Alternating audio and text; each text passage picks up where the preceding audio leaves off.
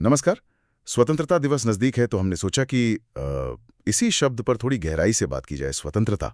हाँ, ये शब्द हम बहुत इस्तेमाल करते हैं, पर इसका असल मतलब उस पर विचार करना जरूरी है। बिल्कुल। हमारे पास एक सामग्री है, शब्द सिद्धि श्री यंत्र, स्वतंत्रता का अर्थ। तो आज हम इसी के आधार पर समझने की कोशिश करेंगे कि ये शब्द कहाँ से आया, इसका अर्थ क्या है और आज के समय में इसके मायने क्या हैं। बिल्कुल। तो शुरुआत इसके टुकड़े करने से करते हैं, मतलब शब्द विच्छेद से। हाँ, बताइए। स्वतंत्रता, इसमें 3 हिस्से साफ दिखते हैं। पहला है स्व, जिसका मतलब है स्वयं, अपना। ठीक है। स्व मतलब अपना। दूसरा है तंत्र। तंत्र मतलब कोई सिस्टम, कोई व्यवस्था या कह लीजिए नियंत्रण। नियंत्रण, हाँ। और तीसरा है ता।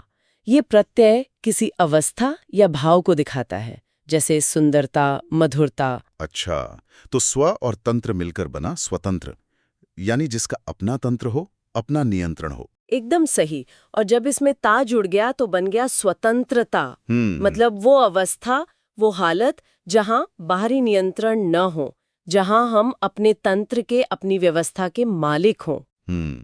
ये तो इस शब्द की बनावट की बात। हाँ, और इसी से इसका शाब्दिक अर्थ भी जुड़ा है। आत्मनिर्भरता, स्वशासन। स्वशासन, आत्मनिर्णय, मतलब अपने फैसले खुद लेना, अपने नियम खुद बनाना, ये सब। लेकिन ये तो हुआ शाब्दिक अर्थ। अगर हम रोजमर्रा की जिंदगी में देखें, व्यवहार में देखें, तो क्या ये सिर्फ राजनीतिक आजादी है? सामग्री कुछ और कहती है शायद। हाँ, बिल्कुल। सामग्री इशारा करती है कि व्यावहारिक मतलब कहीं ज्यादा व्यापक है।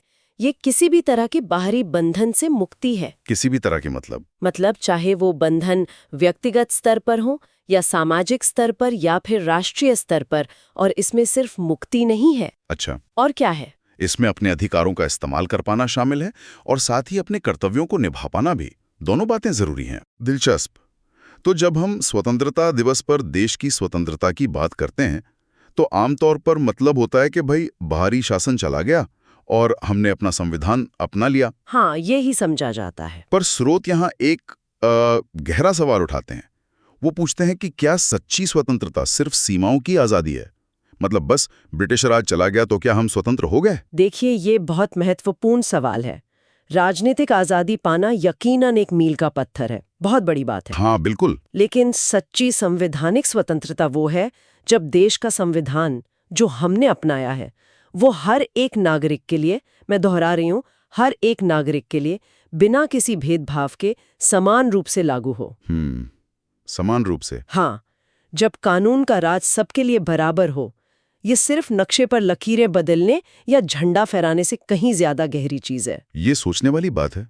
मतलब देश का अपना शासन तो है, पर क्या हर नागरिक को वो स्वतंत्रता वाकई महसूस होती है जो संविधान कागज पर देता है? यही सवाल है। और इसी से जुड़ा एक और मुद्दा है जो स्रोत उठाते हैं, आज की चुनौतियां।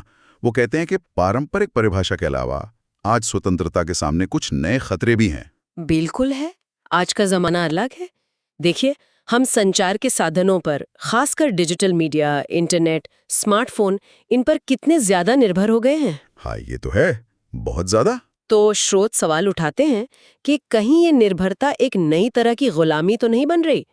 क्या हमारे विचार, हमारी पसंद नापसंद, हमारे फैसले वाकई हमारे अपने हैं, या फिर सोशल मीडिया के एल्गोरिदम्स या कोई और अदृश्य ताकत उन्हें तय कर रही है? बाप रे, ये तो काफी गंभीर सवाल है। और स्रोत में तकनीकी स्वायत्तता की कमी का भी जिक्र है।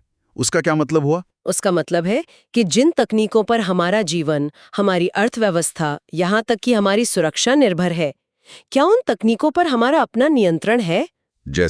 जैसे सॉफ्टवेयर, हार्डवेयर या जो भी डिजिटल इंफ्रास्ट्रक्चर है। अगर हम इनके लिए दूसरों पर, दूसरे देशों पर निर्भर हैं, तो हमारे फैसले लेने की आज़ादी कितनी बचती है? हाँ, बात तो सही है। ये हमारी राष्ट्रीय नीतियों को भी प्रभावित कर सकता है, हमारी सुरक्षा को भी। स्रोत इसी बाहरी प्रभाव की तरफ भी इशारा करते हैं। तो मतलब हम राजनीतिक रूप से तो स्वतंत्र हैं, पर शायद तकनीकी रूप से, आर्थिक रूप से या वैचारिक रूप से उतने स्वतंत्र नहीं हैं। क्या हमारे नागरिक, आम जनता अपने काम और अपनी सोच में पूरी तरह आजाद महसूस करते हैं? यही आज का $1 मिलियन सवाल है, कह सकते हैं। और यहीं पर स्रोत एक और बहुत महत्वपूर्ण पहलू सामने लाते हैं। वो क्या? कि स्वतंत्रता सिर्फ एक अधिकार नहीं है, ये मिल गई और बस नहीं, ये एक बहुत बड़ी जिम्मेदारी भी है। जिम्मेदारी? अच्छा, किस तरह की? इसे बनाए रखने की जिम्मेदारी, इसे सहेज कर रखने की। ये कोई ऐसी चीज नहीं है जो एक बार मिल गई तो हमेशा रहेगी। बिल्कुल, हर नागरिक की जिम्मेदारी है कि वो सक्रिय रहे, जागरूक रहे और स्वतंत्रता का सही इस्तेमाल करे, दुरुपयोग न करे। तो अगर हम सारी बातचीत को समेटें तो स्वतंत्रता एक काफी जटिल और कई परतों वाली अवधारणा है। हाँ, बिल्कुल। इसमें सिर्फ बाहरी बंधनों से मुक्ति ही नहीं, बल्कि स्वयं पर नियंत्रण मतलब स्वानुशासन भी है। सही। इसमें संवैधानिक बराबरी का आदर्श है और आज की जो तकनीकी और वैचारिक चुनौतियां हैं उनका सामना करने की जरूरत भी है। हाँ, और सबसे बढ़कर ये एक लगातार चलने वाली जिम्मेदारी है। आपने बिल्कुल सही कहा, सार यही है। और जाते जाते सभी के लिए एक विचार छोड़ना चाहूंगी जो स्रोत के बातों से ही उभरता है। जरूर। देखिए, हमने राजनीतिक स्वतंत्रता हासिल की, ये बहुत बड़ी उपलब्धि है, इसमें कोई शक नहीं। पर हमें ये सोचना चाहिए कि क्या हम व्यक्तिगत स्तर पर अपनी सोच में, अपनी रोज की आदतों में, अपने छोटे बड़े चुनावों में, क्या हम वाकई स्वतंत्र हैं? गहरा सवाल है। या कहीं अनजाने में हम उन सिस्टम्स, उन तकनीकों के गुलाम तो नहीं बनते जा रहे जिन पर हम दिन ब दिन और ज्यादा निर्भर होते जा रहे हैं? इस पर सोचना, मंथन करना बहुत जरूरी है।